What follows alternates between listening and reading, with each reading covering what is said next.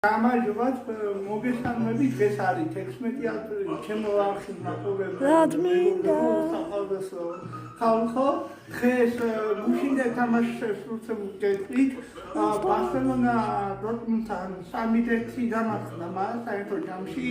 ბარსამ 3-5 აჯობა და ნახევარფინალი საგულური მოიპოვა ბარსელონა.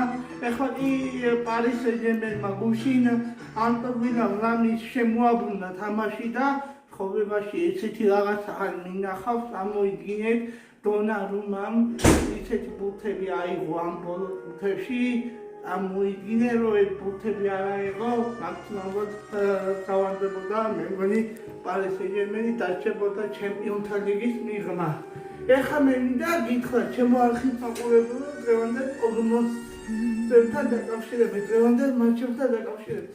Arsenal რეალი საერთო ჯამში Arsenal უგებს 0-3 და რა შეეხება კიდე პლუს შეეხება პლუს ძალიან ძნელად აღმოსაჩენი რომ რეალი ამ თამაშის შემოწიალებას შეძლებს თითქოს, მაგრამ Arsenal-ს ასე ვთქვათ ერთი სიტყვით გადაგმულია დიდი ნაბიჯი ნახევარფინალისკენ და მე ვფიქრობ Arsenal-ი დღევანდელ თამაშს 3-2 მოჩება ჩემი არხის მაყურებლებო.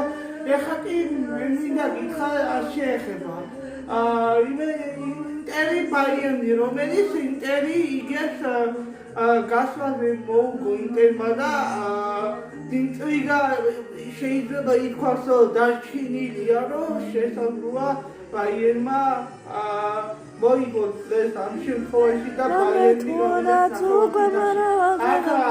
Arsenal რეალის შორის ელოდება პარის სენ-ჟერმენი მეტოქეები გაირკვევა დღეს რა თქმა უნდა და ასევე ბარსელონა ელოდება თავის მეტოქეს ან მიუნხენი ბაიერნი ან ინტერი.